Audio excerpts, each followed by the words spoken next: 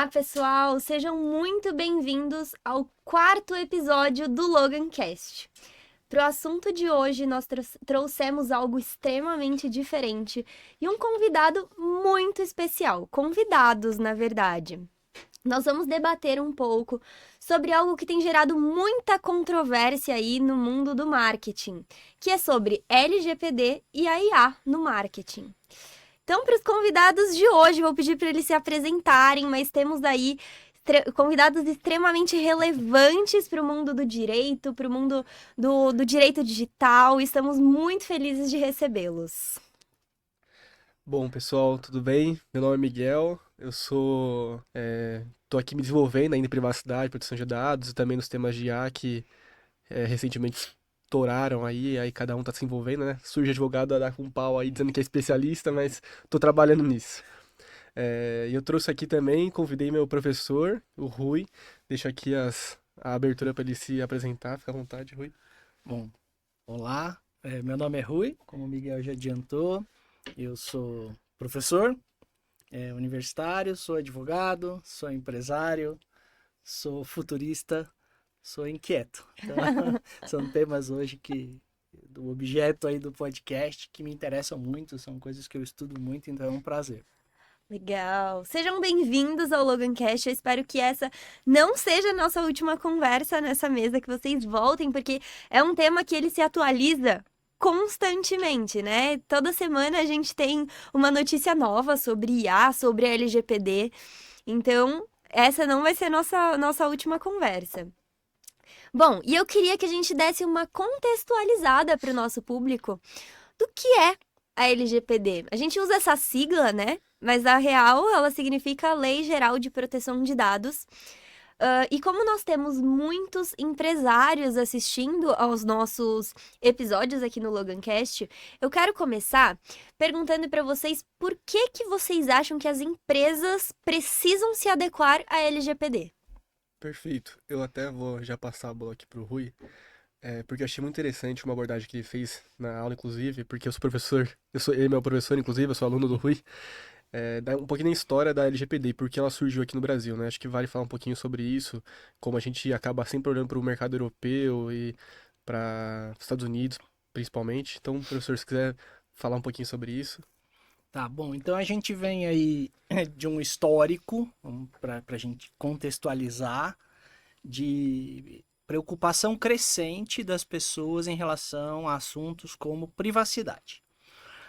Privacidade as pessoas inicialmente confundiam com proteção de dados, até que alguns escândalos bastante grandes estouraram. O principal deles foi o escândalo do Facebook, com uma empresa chamada Cambridge Analytica, uma empresa inglesa, que por uma falha de segurança do Facebook, a Cambridge Analytica conseguia ter acesso a todos os dados da pessoa e dos amigos da pessoa, e com isso eles fizeram um mapeamento dos eleitores americanos e direcionaram desinformação para um grupo que eles queriam atingir e mudar a opinião daquele grupo. Mas isso foi através de hacker? Como que eles conseguiram essas Não. informações? É assim, na verdade a gente não se dá conta, né? Mas a gente entrega muito a nosso respeito na Nas redes. internet.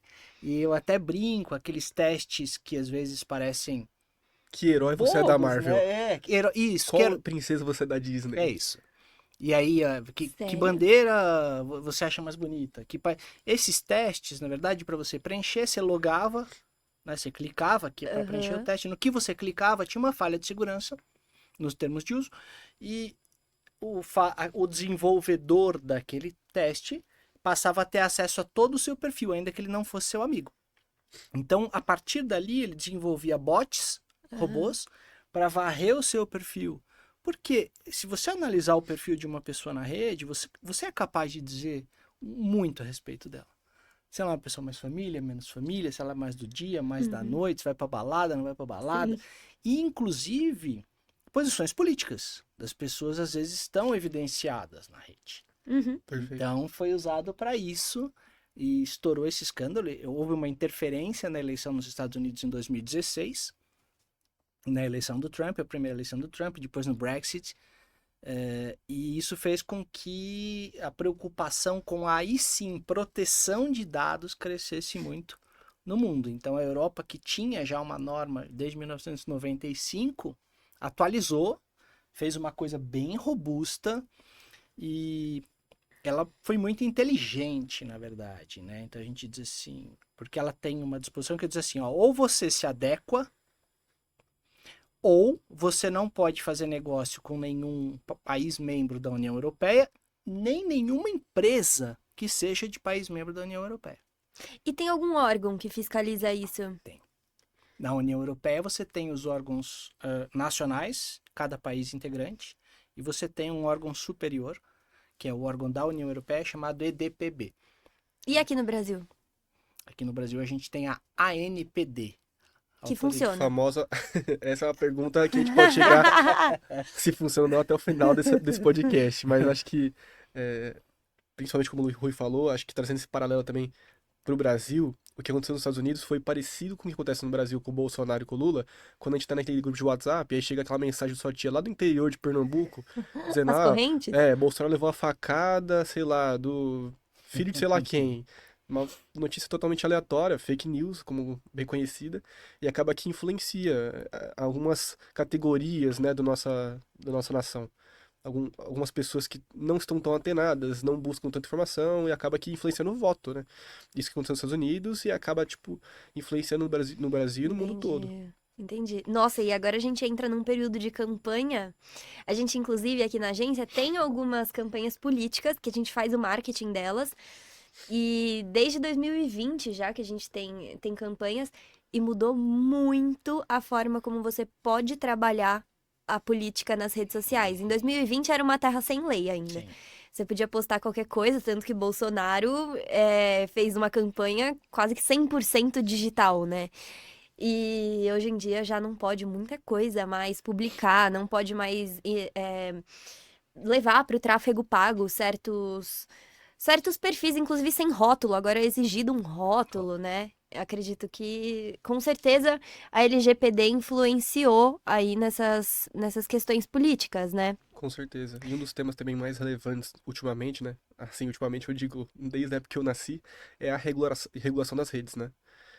Que é um tema também muito abordado, principalmente na época de eleição, justamente por esse ponto. E o WhatsApp é uma ferramenta que dissemina muito, né? E tem pouca lastreabilidade. Você não sabe de onde surge a informação, a priori, né? Justamente pela criptografia e tudo mais.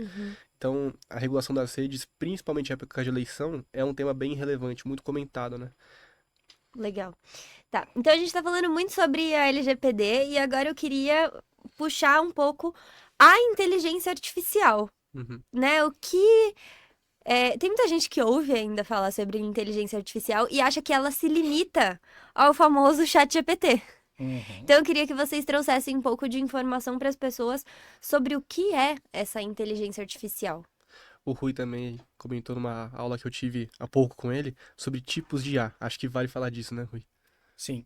Então, na verdade, o que a gente tem hoje, por mais que chame muita atenção das pessoas, nossa, né, a capacidade que ele tem de fazer A, B ou C, tecnicamente, o que a gente tem hoje a gente pode chamar de IA fraca.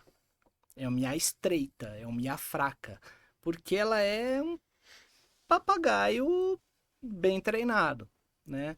A IA generativa, que é aquela do ChatGPT, do Copilot, do Gemini, ela na verdade nada mais é do que aquela brincadeira que você fazia antigamente, sei lá, minha moradia é, complete a frase. Então ela aprendeu, ela foi treinada. Como? Aí a gente entra num aspecto técnico de treinamento mesmo. Então vamos lá. Como é que a IA ela é treinada em etapas? Então depende do que você quer que ela faça. Vou usar o exemplo mais fácil, que é o exemplo do Google Fotos, por exemplo. Como é que o Google Fotos reconhece as coisas nas fotos e classifica e tudo mais? Porque de início você chega lá e coloca a foto de um gato e diz para ele assim, isso é um gato. E você vai fazer isso dezenas de milhares de fotos de gatos falando, isso é um gato. E de repente você vai fazer o reforço negativo, você vai colocar um tigre. E aí você vai perguntar para ele, isso é um gato? E ele vai ter que te dizer não. E depois você vai ensinar o que é um tigre e assim por diante. Então isso é Com cada treinamento. mínima coisa? Isso é um treinamento, tá? Quando a gente diz assim, esse é o começo de tudo. Depois, a máquina entra num esquema que acho que todo mundo já deve ter ouvido falar, que é de machine learning. A máquina começa a aprender, a máquina começa a detectar padrões e ela começa a aprender sozinha. Então, se ela encontra uma foto e ela vê que aquela foto é um tigre, eu não preciso mais dar a foto para ela ou falar que aquilo é um tigre. Não, ela já classifica como um tigre. Então, é aí o aprendizado de máquina. A ideia do aprendizado de máquina é que vá formando redes muito parecidas com o nosso cérebro. Mas, de um modo ou de outro, é aquilo. Assim, o que a gente tem ainda é IA fraca. A gente nem sabe se chegaremos naquilo que a gente chama de IA forte, que é a inteligência artificial geral. Aí sim a coisa muda de figura. Por quê, Rui? Qual que é a diferença entre essa IA fraca e a IA forte? A IA fraca, por exemplo, ela já existe há bastante tempo. Os chatbots estão aí para. Chatbots estão aí exatamente para respostas automáticas. Eu digo, olha, numa programação simples, nesta situação faça isso.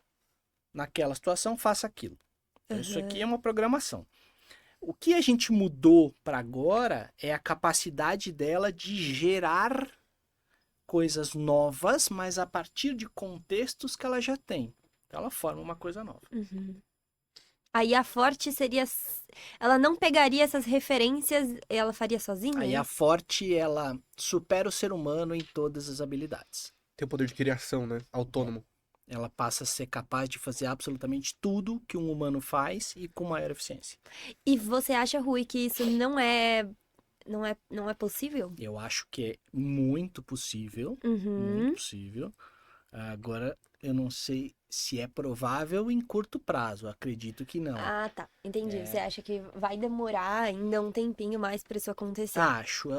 Os estudos de futurismo, eles indicam que, teoricamente, em torno de 2040, nós teríamos uma inteligência artificial geral.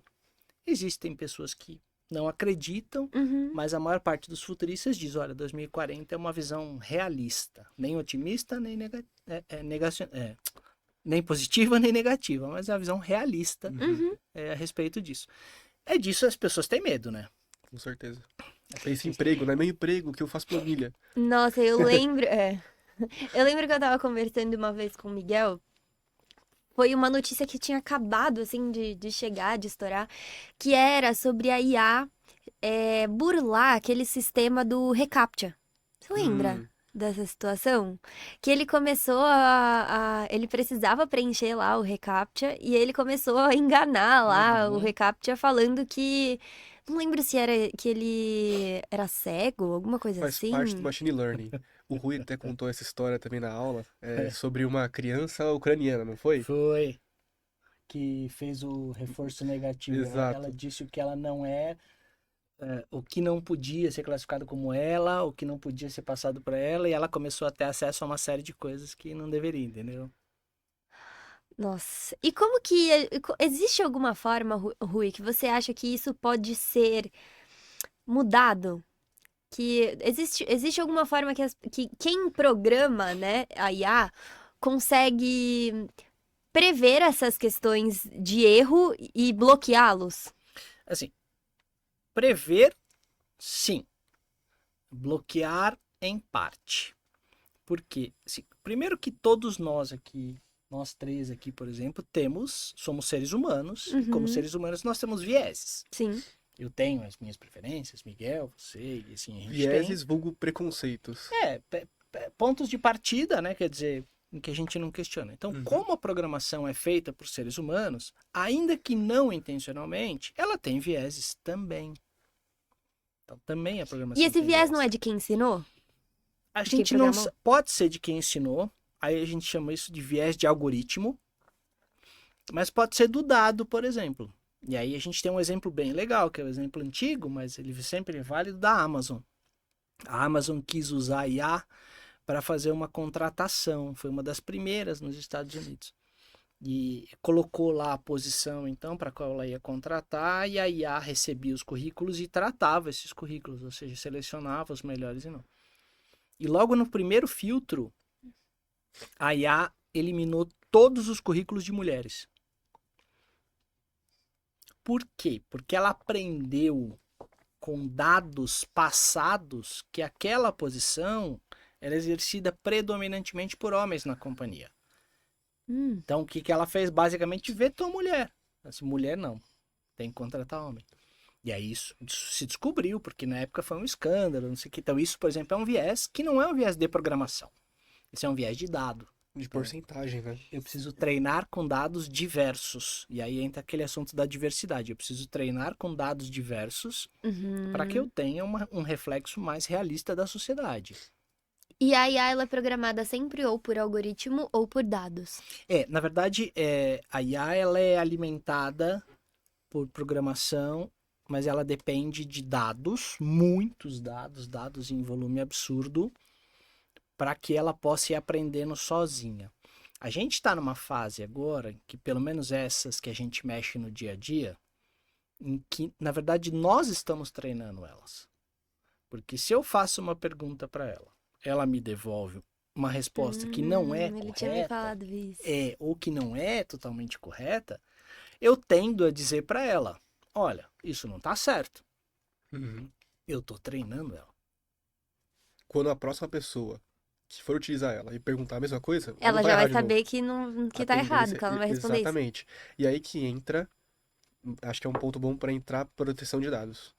Porque assim como tudo que você coloca reflete no questionamento do próximo, os seus dados, a tendência é que também sejam refletidos. Então, quando a gente insere nosso dado pessoal no ChatGPT versão gratuita, Mas você diz para você logar lá ou para você usar o programa, para você perguntar alguma coisa? quando você vai usar, por exemplo, tem a opção de você não se inscrever no ChatGPT, na OpenAI, né? Você entra como um usuário anônimo, entre aspas, muitas aspas anônimo. E aí você pega lá e fala para o ChatGPT, construa um contrato para mim com esses dados. Aí você coloca seu nome, CPF, endereço, RG, nome de sua mãe e papagaio.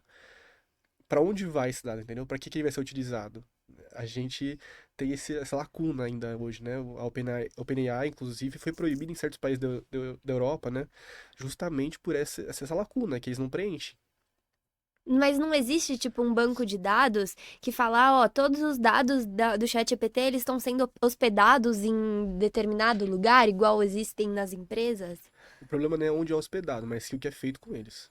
Ah, tá, entendi. A gente tem um desafio que é um desafio de educação. Uhum. Né? Dificilmente você pega uma pessoa e fala assim, vem cá, você tá usando o GPT? A pessoa fala, tô. Antes de você começar a usar, você entrou nas configurações, mexeu nas abas de privacidade, disse que você não quer que armazene dados. E não, não fiz nada disso. Difícil alguém que É faça. um exemplo. E aí a gente tem um outro problema de educação. Às vezes as pessoas começam a descobrir que é muito legal. Nossa, olha como resume. Nossa, olha como me ajuda a fazer isso. Então as pessoas, às vezes até por preguiça, para falar a verdade, Aham. jogam documentos inteiros lá e pedem para resumir. Só que Exato. muitas vezes dentro desses documentos inteiros, eu tenho dados pessoais, eu posso ter dados sensíveis, Informações ou às vezes até sigilosas. pior, eu posso ter segredo de negócio. Da Samsung é um caso bem legal E para da falar, né? Samsung é um caso, exatamente. Conta aí, amiga. Isso é bem legal. Um caso da Samsung bem legal é que um dos poderosos lá da Samsung que mexia com o desenvolvimento de sistemas colocou um código-fonte, não me lembro bem, né? Acho que ele tem um código-fonte de um dos desenvolvimentos deles no ChatGPT. O problema é que, como a gente comentou agora, o machine learning faz parte disso, né? Não tem como você desaprender a ChatGPT. Você jogou lá, tá lá. Uhum. E isso foi divulgado depois que alguém imputou uma pergunta lá, um questionamento para ativar o ChatGPT a responder com o desenvolvimento de um código. Então isso foi disseminado. Esse código que o programador da Samsung criou. Era um código sigiloso? Exato, Segredo exatamente. de negócio. Justamente, porque, por exemplo, vamos supor que fosse de um celular novo, um Galaxy S27. Uhum. E que eles colocaram lá para desenvolver esse código. A partir do momento que uma pessoa do outro lado do mundo pede um código que tenha a semelhança com esse, ele recebeu um segredo da Samsung. Ou seja, em certas, limitadas assim, as possibilidades, pode replicar o produto que a Samsung pretendia criar. Entendi. Gente, você tava falando sobre quando você falou, eu estou entrando com uma aba anônima. Explica mais isso pra gente. Por que a pessoa não estaria entrando com uma aba anônima? É muito difícil hoje, é porque assim, tudo é anônimo hoje em dia, né? Você também acha que quando você entra lá no guia anônimo do seu Google, você acha que tá anônimo. E não, na real não é essa, né? Você tá anônimo em certas óticas, né? Mas seu IP tá sendo registrado e tem muitas informações que rastreiam onde você está. E tem até uma frase que o Rui falou num stories dele recentemente, que eu concordo muito e acho muito legal, que não só no ChatGPT, mas em muitas plataformas, inclusive a Love PDF. Eu sou, eu faço Você campanhas, usava? eu faço campanhas diárias contra a Love PDF. Leiam os termos de uso, pelo amor de Deus. A empresa, tipo, toda empresa usa ChatGPT, os funcionários, né? Isso é um perigo danado. Por quê? A frase é a seguinte: quando o produto é de graça, na verdade o produto é você. Esse é um conceito bem clássico já em proteção de dados, assim. Não existe almoço grátis. Então, assim, se você está usando algum aplicativo grátis, algum serviço grátis, é porque o produto é você. Ou seja, eles estão querendo os seus dados, eles estão querendo as Mas e suas quando interações. não é grátis, isso Aí muda? o ideal é que você A examine. tendência, né? Se você tem, por exemplo, mais de uma versão de um mesmo aplicativo, né? Então você tem a versão gratuita e a versão paga. Uhum. Além da questão dos recursos, certamente o nível de privacidade é mais alto na versão paga. Mas não é 100% também. Aí depende de Você tem cada que ler. aplicativo. Entendi. Vai ter que Então, o estudar. segredo. Tem que ler Então, exatamente. aqueles O termos que segredo ninguém tá na lê. chatice, tá nas letras miúdas. Esse é o segredo. É o que ninguém faz, é onde que mora o tesouro de fato, né? É porque você tá ali no celular e você tá com pressa, você quer fazer aquilo que você pretende fazer logo, e você fala, aceita isso aí Aceito logo. tudo. Aceito receber comunicação, aceito que meus dados sejam Nossa, vendidos, né? Esse tipo eu de aceito coisa. tudo. Aceita? Sendo bem. Tudo. Mas, Jura? mas assim, eu nem não passo pra ler nem o título. É a Tudo que tendência. vem eu Mas leio. então, isso Eu, também eu não é leio, uma não, eu tendência. aceito. Isso também são técnicas, né, de engenharia social, né? Nesse caso, não é. A gente escuta de engenharia social para hackers, esse tipo de coisa, né? É que na parte da mídia, aí vocês vão poder falar melhor que eu, a gente tem a versão do user experience, né? Uhum. Então, do nosso lado aqui de marketing, né, a gente trabalha para o usuário aceitar. Então a gente não vai fazer um puta texto que deixe urgente, tome cuidado. Não, você vai fazer uma coisa ali simples, com opt-in, quadradinho, dizendo você aceita receber ótimas notícias do nosso produto? Você faz sim, e aí acabou. Olha, eu lembro, Rui, eu era uma pessoa assim, sempre. Ai, vai, tá bom, assina aí logo e acabou. O Miguel, ele é chato do meu lado. Então, eu lembro um dia que eu fui na Apple, numa loja, lá num shopping em São Paulo. Acho que foi Morumbi, uma coisa assim. Foi. E aí, ele fica no meu ouvido. Toda vez que a gente vai sentar pra conversar, jantar, ele fica no meu ouvido. Não, porque aconteceu isso, aquilo, na empresa que deu tal informação, a informação foi embora. E aí ele conta dessas coisas, né? E eu vou ficando assustada. Aí agora tudo, onde eu vou pôr o meu nome, eu quero saber. O que você vai fazer com isso? Eu já tô quase uma Especialista em privacidade. nossa, pelo amor de Deus. Aí eu fui nessa Apple, aí a mulher. Eu tava comprando um carregador, aí a mulher. Andressa, eu vou pedir só pra você assinar isso aqui pra mim. Aí eu parei, peguei o papel e fui ler. Aí ela, é só assinar. Aí eu, ué, mas eu preciso ler o que eu tô assinando, né? Ninguém pergunta. Ela assustou, entendeu? Com a pergunta. Exato. Exato. Eu fui ler, ela falou assim, é só assinar. Aí eu falei, ué, por que ela quer que eu assine isso aqui? Eu não sei o que tá escrito. Aí fui ler, ela falando, no papel falava assim, que eu estava consentindo com o recebimento do produto, que ele estava em perfeitas condições, só que era um carregador, eu não testei o carregador. Às vezes o carregador não estava funcionando. Falei, moça, mas como você quer que eu assine isso aqui? Eu nem testei o carregador, aí você tá falando que eu não vou poder trocar, que eu tô consentindo com o recebimento desse produto, sendo que eu nem testei. Aí ela, você pode testar se você quiser. Falei assim, então, por favor, me mostra que o carregador tá funcionando. Aí eu vou assinar, Uhum. né? Aí o Miguel, eu lembro que eu saí dessa loja, ele, nossa, tô orgulhosa de você. Porque eu li um papel. Porque não é natural, né? Não, pro brasileiro não é. Não é. A gente passa, baixa qualquer aplicativo, assina lá e deixa eu usar aqui o grátis do CapCut por tantos dias, assina lá e tá tudo certo, achando que, né? Tudo bem. Mal sabendo onde tá indo esses dados. Tem um exemplo que eu ia falar sobre isso. É. O Rui também comentou isso recentemente, é algo que eu reflito bastante sobre essa época, né? Do Face App, que coletava a biometria das pessoas. Pra fazer a carinha de E- velho, não, carinha não só de isso. novo. Um dado biométrico, Mas né? vira e mexe, tem assim, várias correntes na rede social de faça seu avatar, entendeu? Faça você em versão super-homem aí, sei lá. Tá, Surge direto agora isso. uma pergunta que eu acho que muita gente vai ter dúvida. O que que poderia acontecer com os meus dados aí? Pô. Quais são os riscos que eu corro deixando lá meus dados biométricos num aplicativo desse? Uhum. Se tem algumas situações que poderiam acontecer. Eu acho que a primeira, e aí eu abro espaço pro Rui falar as experiências dele, né? Mas a primeira experiência que a maioria tem aqui é aquele SMS no seu celular, né? Ah, você ganhou um prêmio de 5.000 para retirar na Avenida Tal. Ou você está concorrendo a uma vaga na Amazon para ganhar 6.000 reais de graça, É assim, que sem isso eu trabalhar. acho que é uma perturbação, né, pra Uhum, pessoa. Tipo, eu não quero ser perturbada com uhum. isso. Mas, até aí, Mas é o início. Aí depois disso a gente tem a clonagem de WhatsApp, por exemplo, em que a gente recebe várias reclamações. Ah, estão usando minha foto, meu número, meu nome, se passando por mim para aplicar sim. golpes. Essa é Chamando uma, minha mãe pra pedir essa é a dinheiro. segunda fase ali da exposição do seu dado. E aí tem Entendi. várias outras que eu abro espaço aqui pro Rui comentar o que pode acontecer. O grande risco é que assim, a gente tem muito que a gente vamos chamar, já são dados quase que públicos. Por exemplo, se você procurar o meu nome, você vai achar o meu nome completo, você vai achar um e-mail, um endereço de e-mail, talvez você ache um telefone. Então esses dados estão aí à disposição de praticamente todo mundo. E aí você tem os casos em que os dados são vazados ou em que você próprio preenche um cadastro que e se esses dados são vazados, eles vão parar lá naquilo que todo mundo sabe como Deep Web, ou Dark Web, né? Uhum. E ali, vamos imaginar que eles formem pacotinhos. Então, ó, eu tenho um pacote aqui que um hacker está vendendo com 500 mil senhas. Ah, eu tenho um pacote aqui que um hacker está vendendo com 10 mil e-mails. E aí as pessoas compram esses pacotes e cruzam esses dados. E chega uma hora que, pá, deu match. Aí ela tem todos os seus dados, por exemplo, para fazer uma fraude em seu nome, como abrir conta, pegar empréstimo, e tudo mais. E na parte de biometria, já Mas existem não golpes. precisaria assinar? Às vezes sim, às vezes não. Hoje Tipo, em eu vou dia a pegar gente um abre empréstimo. conta digital. Nubank C6. Você precisa abrir, C6, você precisa assinar alguma coisa?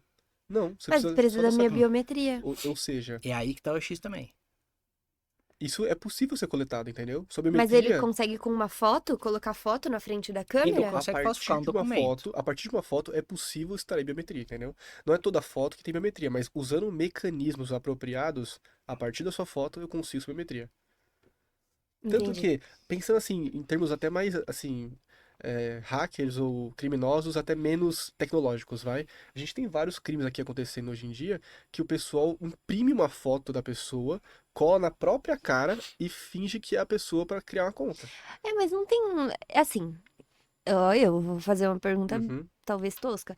A pessoa não tem que ficar mexendo lá a cara pra. Mas isso já é uma reação Medida de segurança. de segurança a essas fraudes da foto estática, né?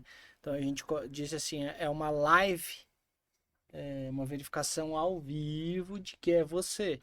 Exato. Mas existem câmeras, por exemplo, tá?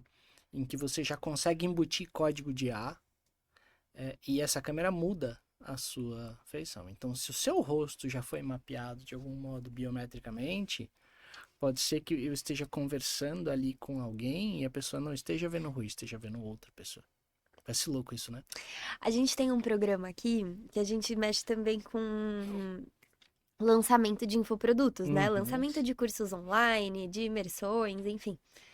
E a gente tem um sistema que a pessoa, por exemplo, eu quero lançar um curso do Rui. Eu preciso de 1 minuto de um vídeo do Rui. O resto o vídeo programa. É isso. O resto, tipo, eu falo você dar o curso inteiro sem ser você tendo que gravar. Tendo que gravar. Tipo, a IA já mexe seu rosto. Nesse 1 minuto de vídeo, ele precisa que ele precisa te Todos os escanear. movimentos, exatamente. Exatamente. Aí depois, passou disso, eu quero dar 50 horas de curso. Eu vou pegar aquela imagem do Rui e vou dar o texto pra esse programa e ele vai fazer as 50 horas de vídeo. Só que é um sistema que você precisa, para você emitir qualquer vídeo nele, você precisa assinar. A pessoa precisa assinar um termo lá, consentindo. Que assim, também É porque senão isso daí seria indevido, né? Aham. Agora, um ponto bem interessante desse consentimento, eu queria até falar disso porque é bem interessante, né, Rui? Acho que vale a pena falar disso envolvendo IA, proteção de dados e IA. Como vai funcionar o exercício de direitos de titular na IA? Para todos aqui, né, que não estão familiarizados com a LGPD, um dos direitos que você tem, por lei, é remover o consentimento que você deu por uma coleta de imagem, por um tratamento do seu dado. Então, para pegar um dado pessoal seu, deu consentimento. Eu aceito que você receba. Um direito que você tem por lei é remover esse consentimento. É Tipo, dizer, amanhã eu não quero, Isso. devolve Não aqui quero. meu direito. Não perfeitamente. quero mais. Perfeito. É isso que você tem direito. Agora, me explica, como a gente faz isso com uma IA? Você joga seu dado numa IA, com o consentimento dela, com o seu consentimento na IA. Eu aceito que a IA receba meus dados para treinamento generativo. Uma mente, uma vez expandida, nunca mais retorna ao estado natural. Então, vai ser algo que, assim, disruptivo. A gente vai ter que pensar aqui, eu digo a gente, mundo, não Brasil, porque eu É. entendo que a GDPR também não está adequada a isso. Não. Ah, o quê? GDPR, a lei geral, na verdade é o regulamento europeu de proteção de dados, né? A LGPD é uma versão copiada da GDPR aqui para o Brasil. Ah, entendi. É exatamente isso. Quando a gente menciona a GDPR, é a lei que rege proteção de dados, privacidade, Europa. LGPD, Brasil. E nenhuma das duas leis está preparado para esse monstro que está vindo, né? E aí acho que vale até a gente entrar agora no ponto da Meta, né? Mencionar que a Meta recentemente foi alvo de uma decisão da Autoridade de Proteção de Dados Brasileira, que é a ANPD, como o Rui comentou, para que seja removido o módulo ali que basicamente ia treinar a IA generativa com os dados que você imputasse ali no Facebook, no Instagram, enfim. E aí queria até que o Rui falasse sobre isso também, que ele Ah, pensa que é disso. a da punição? É. Na verdade, assim, a gente às vezes não presta atenção, mas a Meta, ela tem o WhatsApp, o Facebook e o Instagram. Sim. Então a Meta mudou os termos de uso dela e a gente acaba não sendo adequadamente informado disso, mas ela dizia basicamente o seguinte: olha, a partir do dia 23 de julho, tá? Tudo que você escrever, tudo que você postar, tudo que você compartilhar vai ser usado para treinar a nossa IA. E aí estava escrito lá, se você não quiser que isso aconteça, você tem que fazer um opt-out. Desativar lá essa Desativar. função. Só que o caminho para desativar era um caminho É.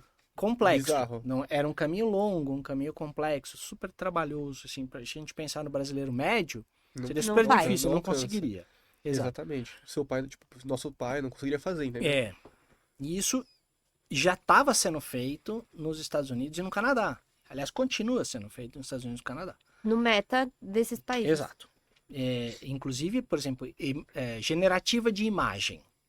Que o pessoal do marketing presumeu que seja super interessante, né? Uhum. Esses programas generativos de imagem. Midjourney, DALL-E, Leonardo, Stable, todos esses programas. Que é o banco, o marketing usa muito banco de Banco de imagens, né? imagens. E se tem um banco de imagens novo que ninguém nunca usou, que é o da IA, Exato. é mais... Exato. Aí o que acontecia? O pessoal colocou no WhatsApp, por exemplo, no Canadá, eu sei porque eu tenho muitos conhecidos lá, que você pede para gerar imagem no próprio WhatsApp. Isso ia ter no Brasil também. Só que aí a autoridade decidiu dizer não pode. Você não pode simplesmente dizer vou usar sem um consentimento adequado, Uhum. né? Então ela determinou a suspensão daqueles pedaço dos termos de uso da Meta. E a Meta ficou bem chateada com isso. É, a multa Isso foi só de- no Brasil. Isso, no Brasil. A NPD responde por Brasil. Então ela chegou na Meta, bateu na porta e falou assim: olha, se você continuar com isso aqui e não suspender como eu tô te pedindo, vai ser 50 mil por dia. E a decisão da Meta foi recuar e deixar de implementar esse. E por que os outros países aceitaram? Porque, como tudo na vida, é a base da política. Até mesmo a própria decisão da ANPD pode ser considerada uma decisão política. Por quê? Aí entra até naquela sua pergunta, né? A ANPD funciona? A gente tem um histórico que estava falando, eu e o Rui aqui, sobre a movimentação da NPD no âmbito particular. A gente não tem histórico disso. E muito pequeno. A gente tem a decisão da Telecom, que é uma agência de, não era de marketing, mas era de é, telemarketing, Telemarketing. fazia ligações. Foi penalizada pela NPD, mas no geral, só órgãos públicos. Quem que vai pagar a multa no órgão público? O próprio Estado? Não faz muito sentido, assim, à primeira vista, né?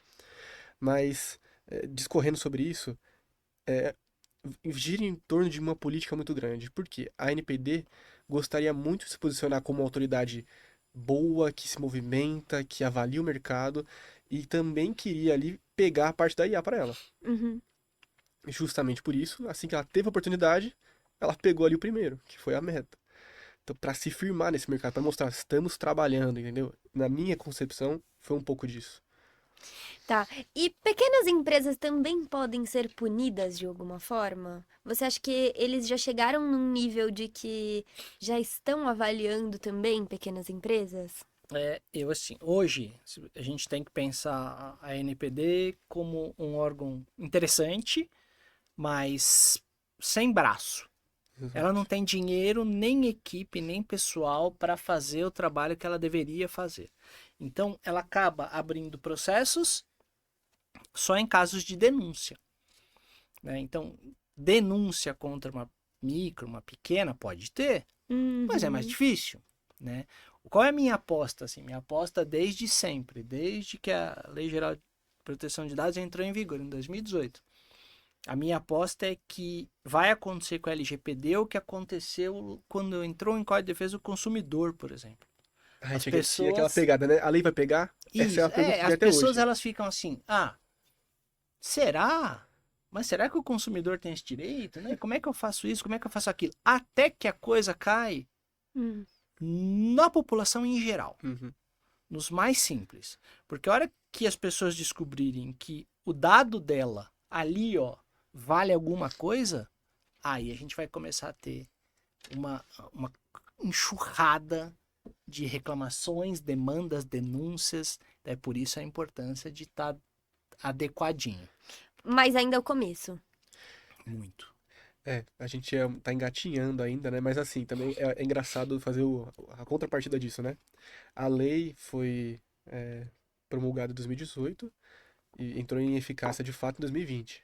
Então a gente tem um tempinho aí, considerável, vai.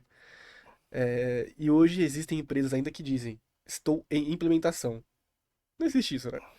Para 4 anos, ou você implementou ou não. Ou tá adequado ou não tá. Assim como toda Eles lei. deram um tempo, né, para as Sim. empresas se Exato. adequarem. Eu Sim. lembro dessa época, inclusive aqui na Logan. Exatamente. E a NPD, justamente, a tendência dela não foi multar logo de cara, penalizar logo de cara, justamente para trazer a cultura.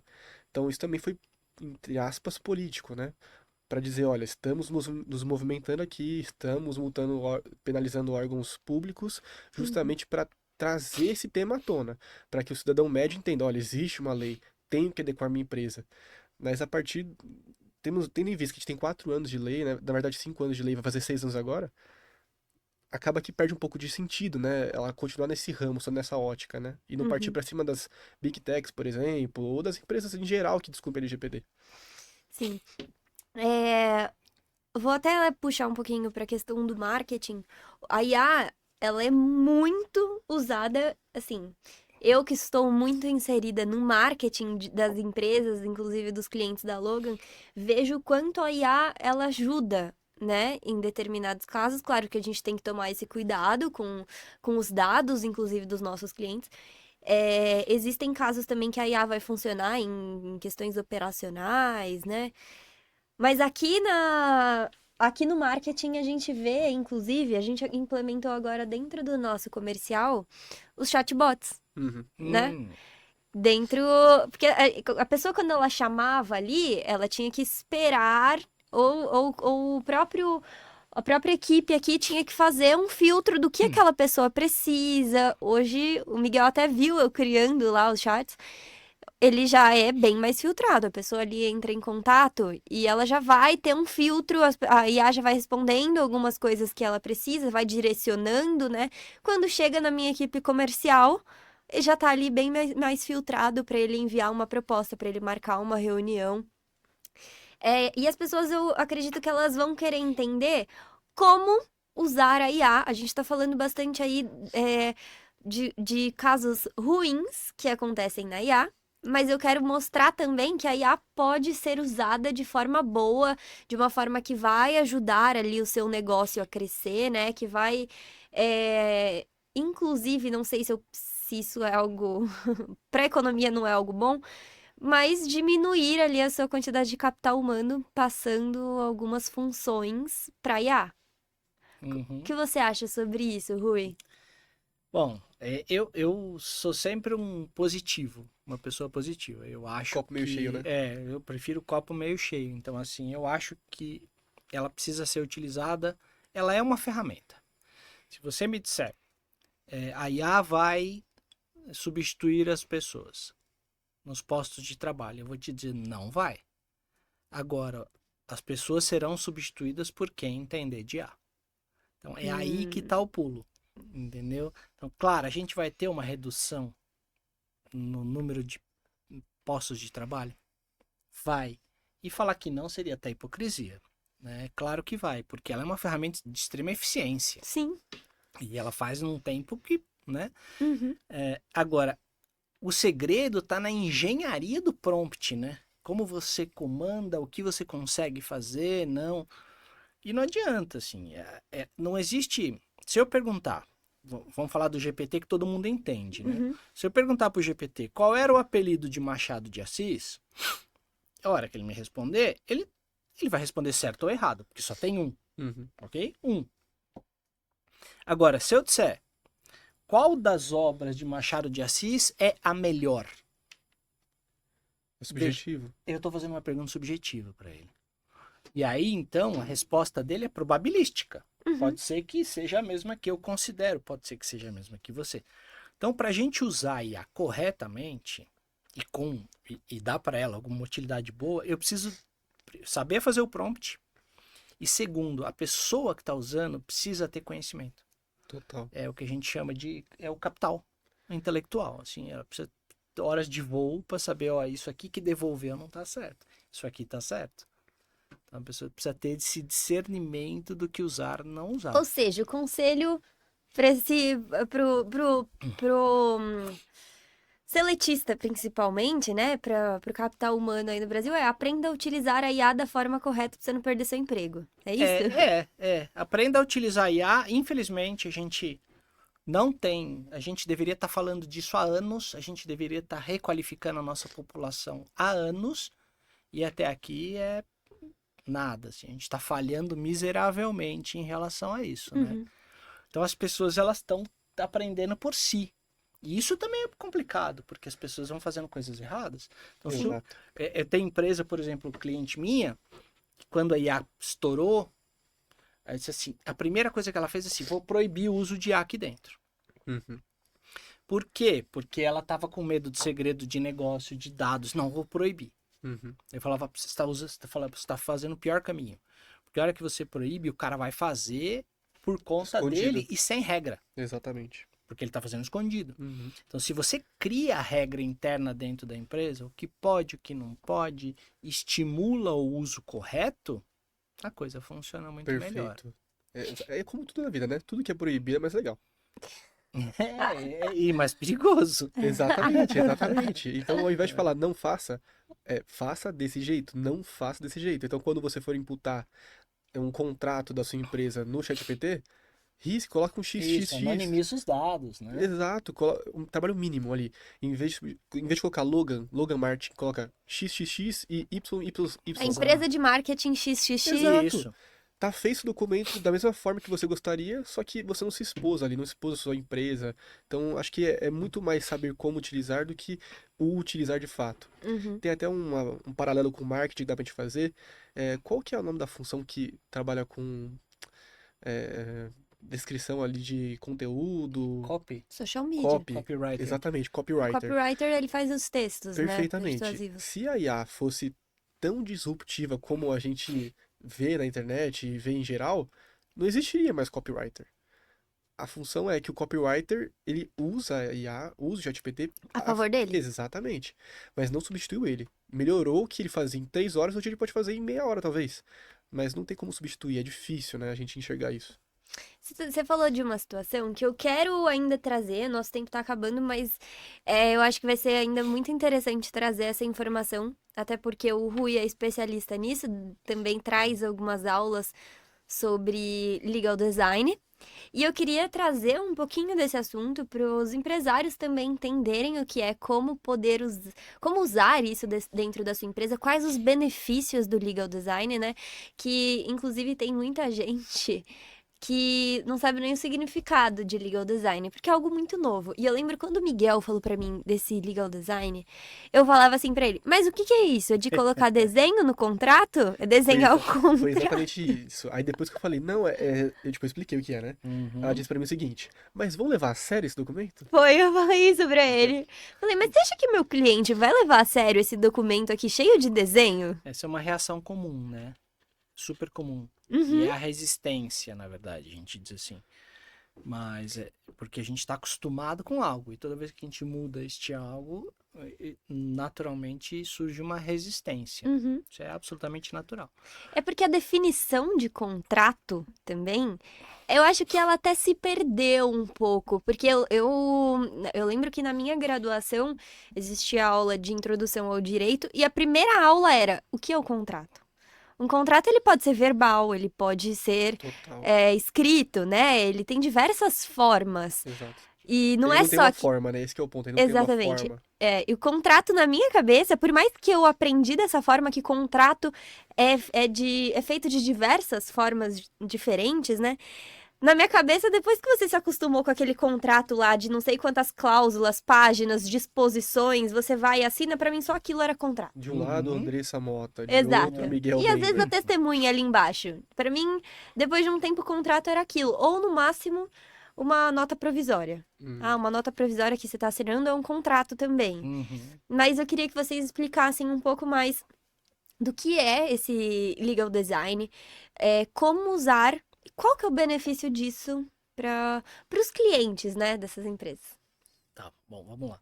Então, o legal design, ele nada mais é do que a aplicação dos princípios do design ao direito. Ok, parece vago, né? O design, muito mais do que as pessoas imaginam, o design não é forma. O design é função, forma e emoção. Aí eu tenho um bom design. Então a gente tem exemplos maravilhosos, como por exemplo os produtos da Apple. O mestre do design Uhum. era o Steve Jobs, e ele tinha todo esse contexto, mas você tem designs, por exemplo, de serviços. Alguns serviços disruptivos, Airbnb, Quinto Andar, Spotify, todos surgiram e mudaram os seus mercados porque a partir de um desenho diferente do serviço. Os bancos também, né? Agora também os bancos digitais e vão mudando. Aí começa, então, a interessar para o direito também a experiência do usuário. E a experiência do usuário no direito é péssima. Péssima. Porque um contrato, a gente está falando de contrato, né? Contrato, no senso comum, assim, para as pessoas, ele é um documento feito de advogado para advogado. Uhum. E tá muito errado isso. O advogado, ele é ferramenta. Então, o contrato tem que ser da parte para outra parte. Exato. Então, as partes têm que entender o contrato. Então, quando você usa o design para isso, você usa para tornar o contrato mais claro, mais acessível, mais adequado para as partes. Quando você faz isso, e que isso funcionou, você tem um ganho gigantesco em uma série de elementos, mas principalmente em tempo.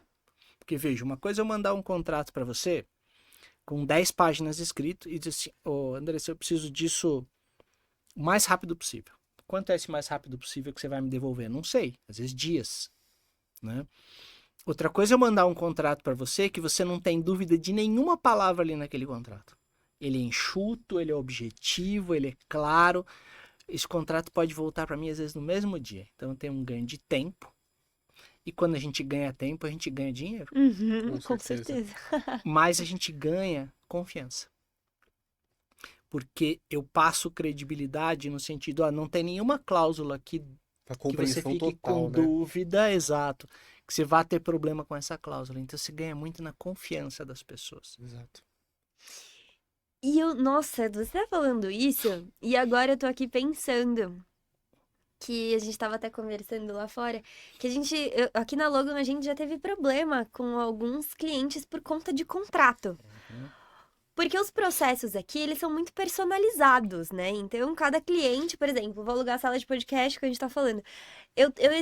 Existem várias formas de eu alugar a sala. Eu posso alugar a sala fazendo só a técnica, eu posso alugar a sala fazendo a roteirização do seu episódio, a criação de um podcast dentro do Spotify, dentro do YouTube. Existem N formas aí, né?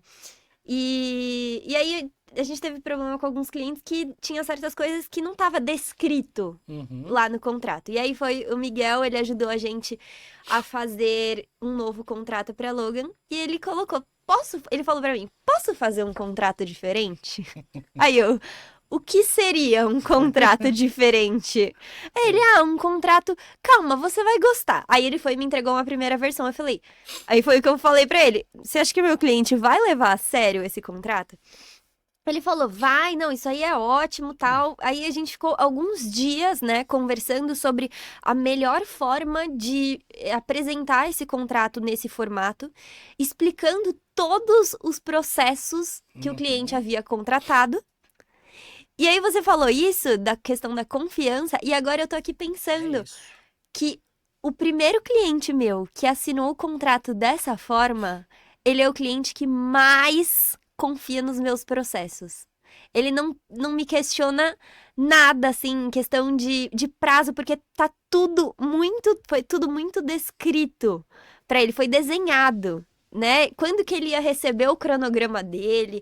Quais seriam as hipóteses ali dele não receber naquele dia? Em quanto tempo ele precisava me dar retorno sobre esse calendário? Miguel colocou assim, nos mínimos detalhes. E hoje é o cliente, que foi um dos últimos clientes que assinaram esse contrato com a gente, e foi quando a gente sentiu essa mudança de confiança no nosso processo aqui dentro. Exato. E eu nunca tinha parado pra refletir nisso, tá? E agora que você falou... É uma questão de Você confiança. vê como o valor, né, pelo que a gente faz, sempre chega muito depois, né? Mas você sabe que mas a percepção do valor, ela é subjetiva também, né? É. Então, quer dizer, a gente fica mesmo com uma resistência inicial, fala, poxa, que é isso, né? Diferente. Exato. Para algumas pessoas instiga, para outras, a gente desconfia. Mas quando a gente vê depois o resultado, acaba. Você pode imaginar, por exemplo, assim, talvez ele já tenha ficado sim com dúvidas do seu serviço. Só que ele foi olhar o contrato. E o contrato é claro o suficiente para ele não ter que te perguntar. Exato. E a gente pode até fazer um paralelo assim, até mais distante do que contrato somente, para petição. A gente hoje tem volumetria, assim, e dados bem legais que demonstram, assim, fatos. Que petições que têm fluxogramas bem desenhados, tem ali desenhos que a gente pode colocar assim, mas que demonstram aquilo que ele quer pedir, como pedir, tendem a ter mais sucesso do que petições com Vossa Excelência, Majestade Total, do juiz, a rainha. O que os juízes acham sobre isso? Então, é uma pergunta que todo mundo me faz. E eu posso te dizer que eles têm uma receptividade muito maior do que os advogados. Uhum. Eu já fiz, Jura? eu fiz projeto, a gente fez projeto ano passado para juízes. Juízes procuraram a gente para dizer o seguinte, olha, eu preciso fazer uma medida X, lá é técnico, então não vem ao caso aqui, mas uma medida X lá no tribunal, e essa normalmente a gente escreve 9, 10 páginas. Ajuda a gente? E aí nós transformamos aquilo numa página e meia e bem visual. Então, e aí a gente fez basicamente, como assim, né? User experience mesmo. Primeiro nós fizemos one page. Aí eu chamei um desembargador, falei, me dá a tua opinião. Diz pra mim aqui o que você acha. Ele falou, acho incrível, só que tem um problema, a letra tá pequena. Aí a gente vê, poxa, é verdade, porque o usuário é o desembargador. Os desembargadores são mais velhos.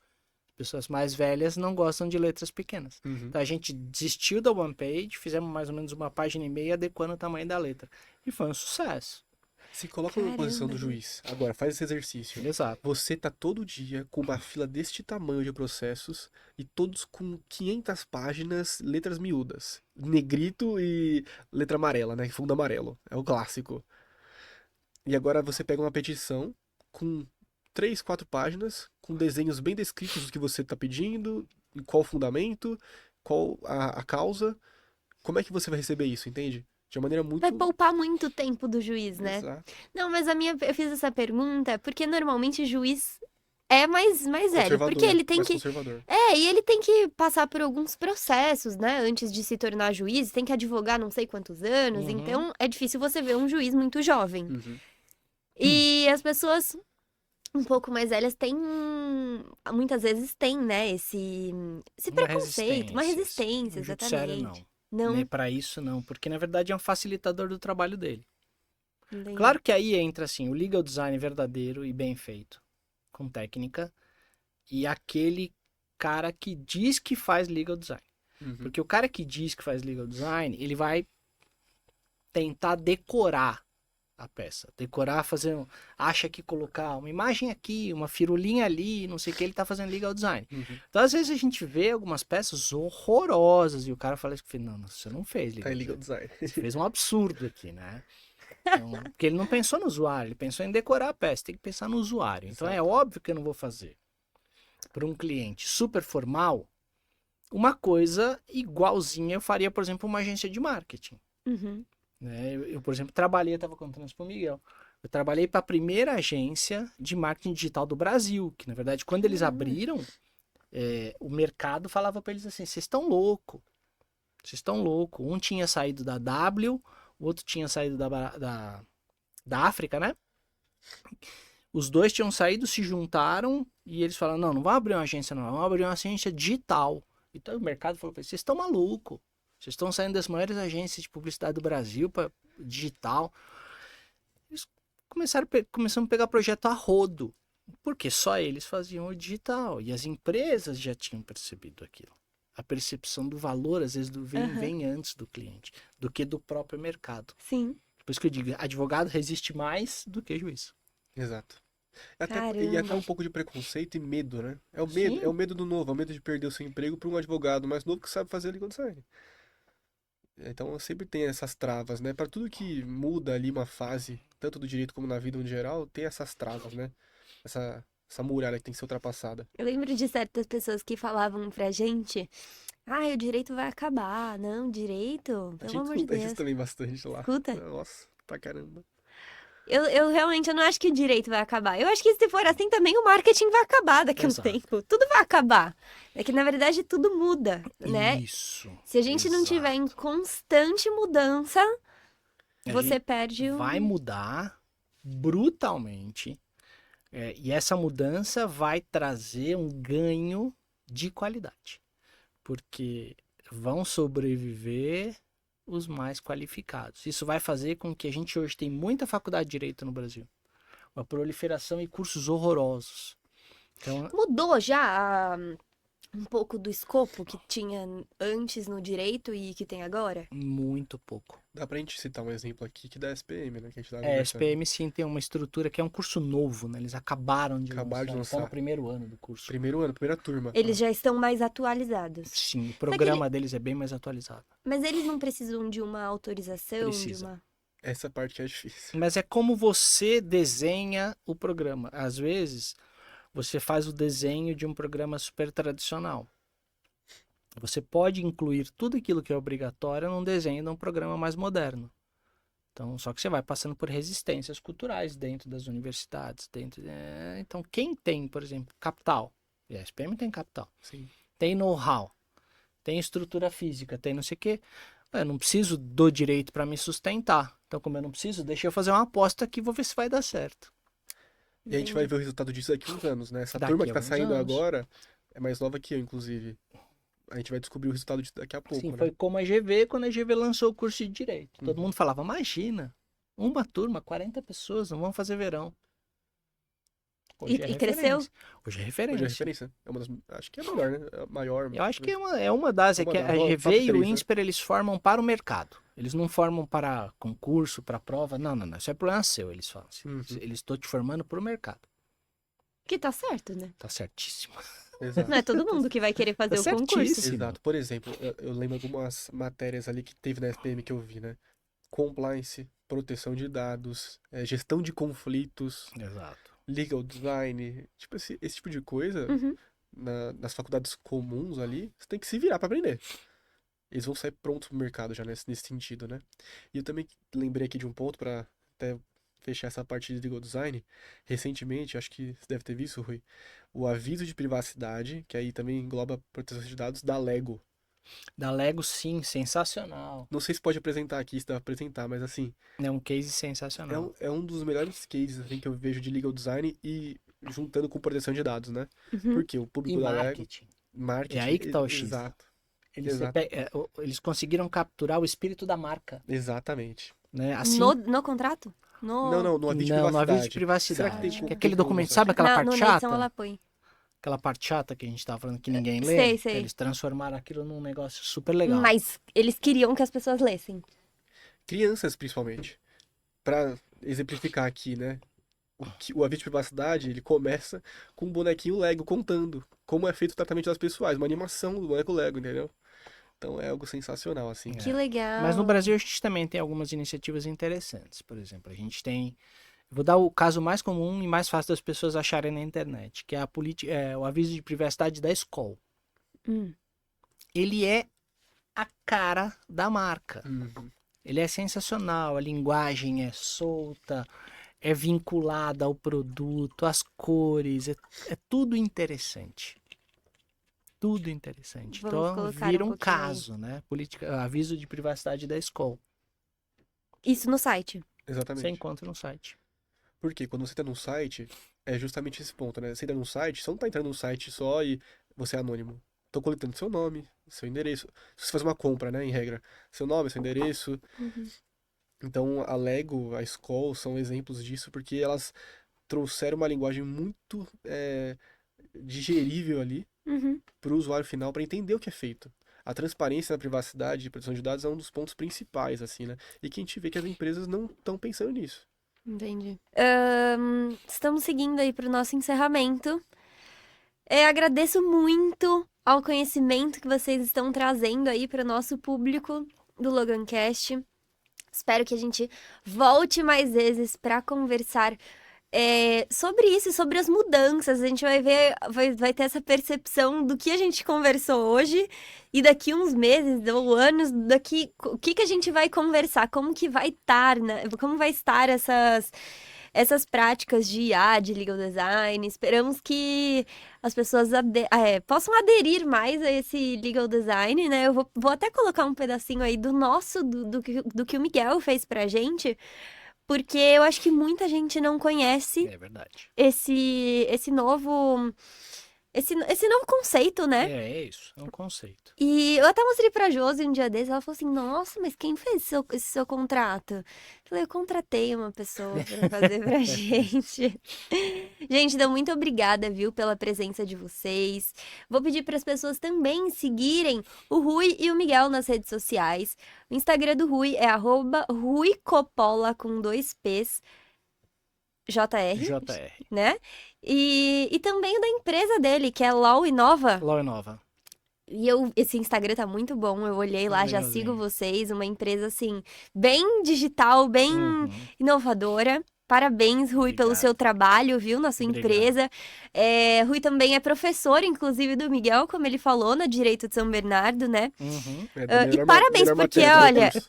porque ele sempre fala, ai, não, porque o meu professor é Direito Digital, né? Exato. É mais Exatamente. fácil, né? Optativo o pessoal gosta. Exato, só vai quem quer, né? Exato. Teoricamente é isso. E também a rede social do Miguel, @Miguel_Bember. Muito obrigada novamente pela presença de vocês, por aceitarem o convite da Logan. E obrigado por tudo que vocês trouxeram aí de conhecimento pra gente. E se você também deseja ter o seu podcast, entre em contato com o nosso comercial, venha fazer aí os seus conteúdos, porque é um tipo de conteúdo que está muito em alta, conteúdos em áudio. Então entre em contato com a Logan e não perca essa oportunidade. Muito obrigada por assistirem o nosso 4º episódio do LoganCast. Esperamos aqui você em 15 dias.